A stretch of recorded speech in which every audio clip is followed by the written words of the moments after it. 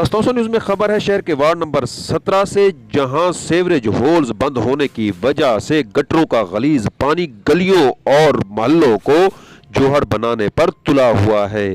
मकीनों ने तस्तोसा न्यूज़ से गुफ्तगू करते हुए कहा कि कई दिनों से सेवरेज बंद है, जिसकी वजह से गलियों में हर तरफ गलीज पानी ही पानी नजर आता है और अब तो ये गलियों से होता हुआ घरों के कमरों और किचनों में भी दाखिल हो चुका है। हमने मुतअद्दिद बार इस बारे में असिस्टेंट कमिश्नर तौसा और म्यूनसिपल कमेटी इंतजामिया को दरखास्तें दी, मगर सद अफसोस के कोई सुनवाई नहीं हुई। उनका मुतालबा था कि फौरी तौर पर इक़दामात करते हुए इस मसले को हल किया जाए। बच्चे घरों में महसूर होकर रह गए हैं, अगर बाहर निकलते हैं तो गंदे पानी से गुजरना जरूरी बन गया है। उनका कहना था कि चारों तरफ लगे गंदगी के ढेर हमारा इम्तहान ले रहे हैं। इस मौका पर उन्होंने क्या कहा, आइए आपको दिखाते हैं। बिल्कुल नाकाम है।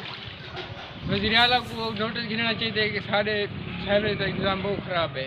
ऐसी को बहुत दफा खेला, लेकिन काम नहीं किया, बिल्कुल ही नोटिस नहीं किया।